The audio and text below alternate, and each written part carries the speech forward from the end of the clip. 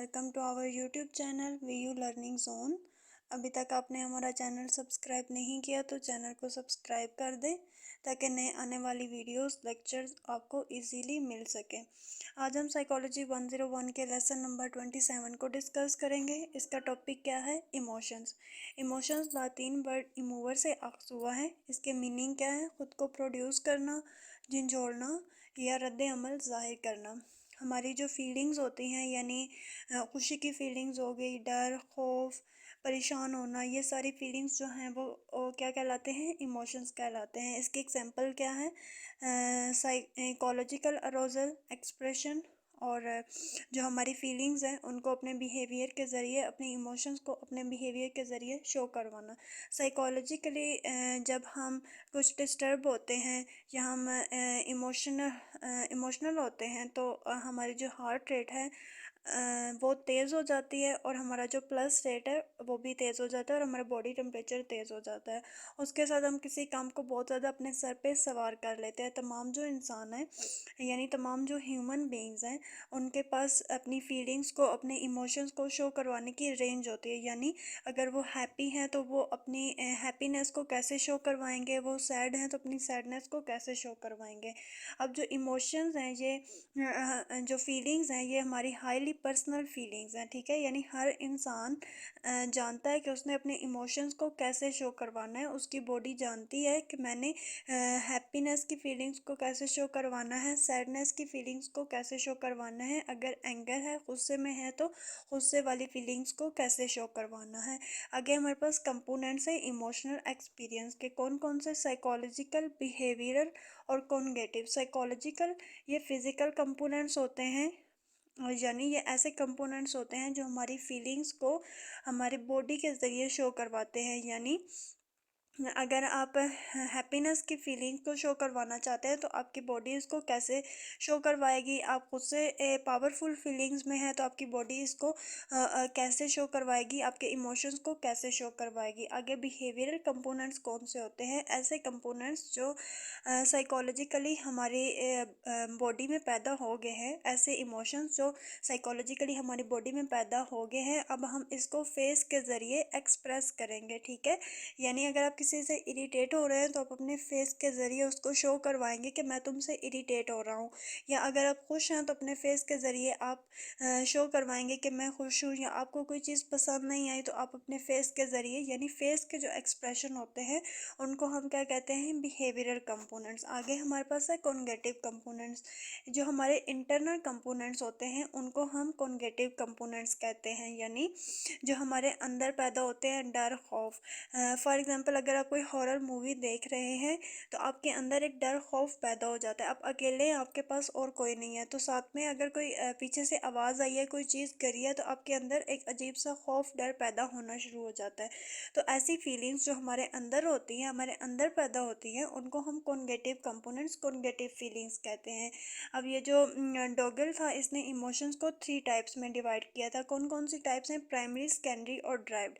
Primary कौन से होते हैं? ये ऐसे इमोशंस होते हैं जो हमारे सिंपल इमोशंस होते हैं, यानी डर, खुशी, गुस्सा वगैरह। सेकेंडरी इमोशंस कौन से होते हैं? ये ऐसे इमोशंस होते हैं जो हमारे अंदर होते हैं, क्यूरियोसिटी वगैरह। ड्राइव्ड इमोशंस ये ऐसे इमोशंस होते हैं जो हम किसी एक्सपीरियंस के ज़रिए लर्न करते हैं, सीखते हैं, ठीक है। उसके बाद कभी आपने सोचा है कि जब आप किसी इंसान से डर रहे होते हैं या जब आप किसी चीज़ से डर रहे होते हैं तो आपकी हार्ट बीट जो है, आपके दिल की धड़कन जो है वो तेज़ क्यों हो जाती है? क्यों हम स्नैक को देख के डरना स्टार्ट कर देते हैं? हम स्नैक को देख के खुश क्यों नहीं होते? हमारे चेहरे पे, हमारे अंदर एक अजीब सा डर पैदा हो जाता है स्नैक को देख के। और जब हम जॉगिंग करते हैं, जब हम एक्सरसाइज करते हैं तो क्यों हमारे जो हार्ट बीट है वो तेज़ हो जाती है, ठीक है। उसके बाद जब हम इंटरव्यू के लिए जाते हैं या हमारी कोई प्रेजेंटेशन होती है तो हमारे अंदर एक अजीब सा डर, खौफ, हम कांपना शुरू कर देते हैं। ये ऐसा क्यों होता है? और हमारा फेस जो है वो ब्लश करना शुरू कर देता है जब हम गुस्से में होते हैं या हम किसी चीज़ पे शर्मिंदा होते हैं, एम्बैरेसमेंट फील कर रहे होते हैं। तो ये सब क्यों होता है? साइकोलॉजिकल चेंजेस की वजह से होता है। अब कुछ जो है वो इमोशंस हम अपनी वॉइस के ज़रिए एक्सप्रेस करते हैं, कुछ इमोशंस हम अपने फेस के ज़रिए, कुछ एक्सप्रेशन हम अपने फेस पे लाते हैं तो उसके ज़रिए हमारे इमोशंस जो हैं वो ज़ाहिर होते हैं, ठीक है। आगे क्या कहते हैं कि इमोशंस एंड कॉग्निशन। साइकोलॉजिस्ट जो हैं वो इस बात पे बिलीव करते हैं कि अगर हमें पास्ट का कोई वाक़या याद आता है या हमें पास्ट की कोई हैप्पीनेस कोई खुशी याद आती है तो वो जब हमें याद आते हैं तो उसके साथ हमारे फेस पे एक्सप्रेशन आना शुरू हो जाते हैं। नहीं, अभी नहीं हो रहा, पास्ट का कोई आपको याद आता है, पास्ट की कोई मेमोरी आपको याद आती है, तो भी आपके फेस पे एक्सप्रेशन आना शुरू हो जाते हैं। आपका बिहेवियर जो है वो शो करवाना शुरू कर देता है कि आप किस कैसी फीलिंग्स जो है वो आप याद कर रहे हैं। Role of emotion in everyday life, ठीक है, इमोशंस जो हैं वो हमारी लाइफ में बहुत अहम किरदार अदा करते हैं। अगर इमोशंस ना होते तो हमारी लाइफ जो है वो बहुत ज़्यादा डल होती, और यूँ समझ लें कि हाँ, हमारी लाइफ का कोई पर्पस ही ना होता। साइकोलॉजिस्ट जो हैं उन्होंने इमोशंस को आइडेंटिफाई किया और उन्होंने मतलब ये प्रूफ किया है कि इमोशंस जो हैं वो हमारी डेली लाइफ में बहुत अहम किरदार अदा करते हैं। फ्यूचर रिस्पॉन्स एंड बिहेवियर, अब कुछ जो है रिस्पॉन्स हम फ्यूचर पे छोड़ देते हैं। फॉर एग्जांपल किसी ने आपको टोंट किया है, किसी ने आपकी बेइज्जती की है, तो आप उसको एट अ टाइम रिस्पॉन्स नहीं देते, आप उस छोड़ देते हैं कि फ्यूचर में मैं इसको इसका रिस्पॉन्स ज़रूर दूंगा। सोशल इंट्रैक्शन ये कौन से इमोशंस होते हैं? ये ऐसे इमोशंस होते हैं जो हम सोशली किसी को देख के तो हम खुद को इस बात पे राज़ी करते हैं कि मैं इसकी हेल्प करूँगा। यानी सोशली जो सोशल इंटरेक्शन होती है, आप जानते नहीं, आपने किसी को मुसीबत में देखा है, आपने उसकी हेल्प करने का इरादा किया है, तो इसको क्या कहते हैं? सोशल इंटरेक्शंस कहते हैं। कॉमन इमोशंस हमारे पास कौन से हैं? Happy, anger, fear, surprise, sadness वगैरह। जे बी वास्टर ने 3 मेन इमोशंस के बारे में बताया था। कौन कौन से हैं वो इमोशंस? एंगर, लव और फियर, ठीक है। जो हमारे इमोशंस हैं, 3 मेन इमोशंस, वो गुस्सा, प्यार और डर है, ठीक है।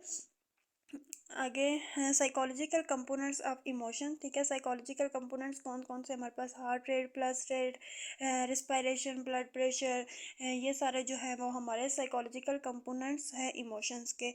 अब जब हम गुस्से में होते हैं तो हम अपनी बॉडी लैंग्वेज बॉडी के ज़रिए शो करवा रहे होते हैं, या जब हम किसी चीज़ से डर रहे होते हैं तो हमारी हार्ट बीट जो है वो तेज़ होना शुरू हो जाती है। ये सब किस वजह से होता है? साइकोलॉजिकल चेंजेस की वजह से होता है।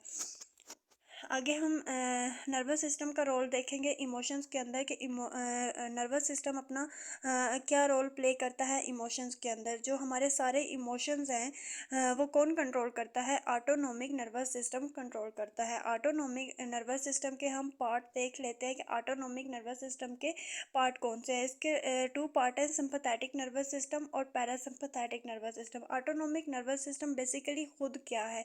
ये एक सेल्फ रेगुलेटरी मैकेनिज़्म है, ठीक है। ये क्या है? सेल्फ रेगुलेटरी मैकेनिज़्म है। ये कंट्रोल करता है हमारे ग्लैंड्स को और हमारे मसल्स को, और जो हमारे इंटरनल ऑर्गन्स हैं ये उनको भी कौन कंट्रोल करता है? ऑटोनोमिक नर्वस सिस्टम कंट्रोल करता है। यानी हार्ट बीट, स्टमक की डाइजेशन वगैरह। और ऑटोनोमिक नर्वस सिस्टम क्या है? ये ड्यूल फंक्शन जो है वो प्ले करता है। यानी ये हमारी जब हम गुस्से की हालत में होते हैं, जो हमें गुस्सा आता है उसका भी यही ज़िम्मेदार होता है, और जब हम सुकून की हालत में होते हैं तो उसका भी यही ज़िम्मेदार होता है। सिंपैथेटिक नर्वस सिस्टम क्या होता है? ये जो है ये ऑटोनोमिक नर्वस सिस्टम का पार्ट्स है। ये हमें आगाह करता है किसी भी ख़तरे से, यानी हमको अलर्ट करता है।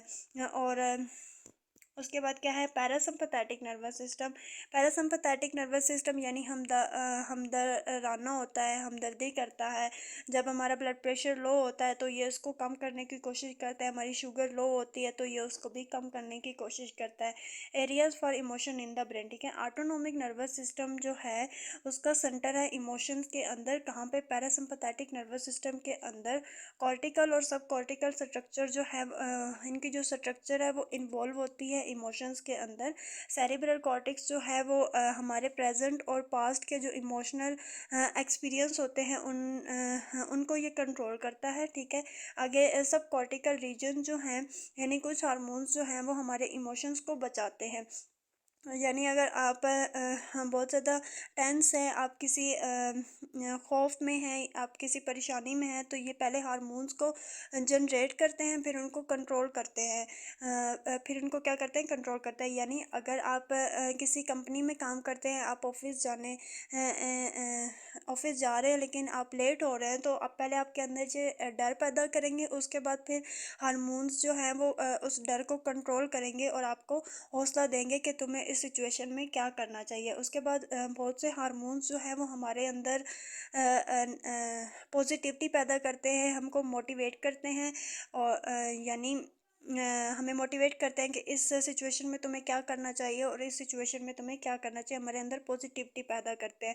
उसके बाद ये हमारी फीलिंग्स को शो करवाते हैं, यानी अगर हम गुस्से की फीलिंग गुस्से में हैं तो ये हमें बताएंगे कि आपने इसको कैसे शो करवाना है। हमारी जो सारी फीलिंग्स हैं, जो हमारे इमोशंस हैं, उनको ये क्या करते हैं, शो करवाते हैं। उसके बाद हमारे पास ये एक स्ट्रक्चर दिया हुआ है इन्होंने, पैरासिम्पथेटिक और सिंपथेटिक का। क्या कहते हैं कि जब हमारी आँख जो है वो सिकुड़ जाती है तो भी ये क्या होता है, दिमाग की वजह से होती है। हमारे स्टमक की जो डाइजेशन होती है वो भी किसकी वजह से होती है, दिमाग की वजह से होती है। ये सारा इन्होंने क्या एक बना के दी है, हमें डायग्राम बना के दिए। तो ये था हमारा आज का लेक्चर, साइकोलॉजी 101 का लेसन नंबर 27 था। अभी तक आपने हमारा चैनल सब्सक्राइब नहीं किया व्यू लर्निंग जोन, तो चैनल को सब्सक्राइब कर दें ताकि नए आने वाले लेक्चर्स आपको ईजीली मिल सके। Thank you so much. खुदा हाफिज़।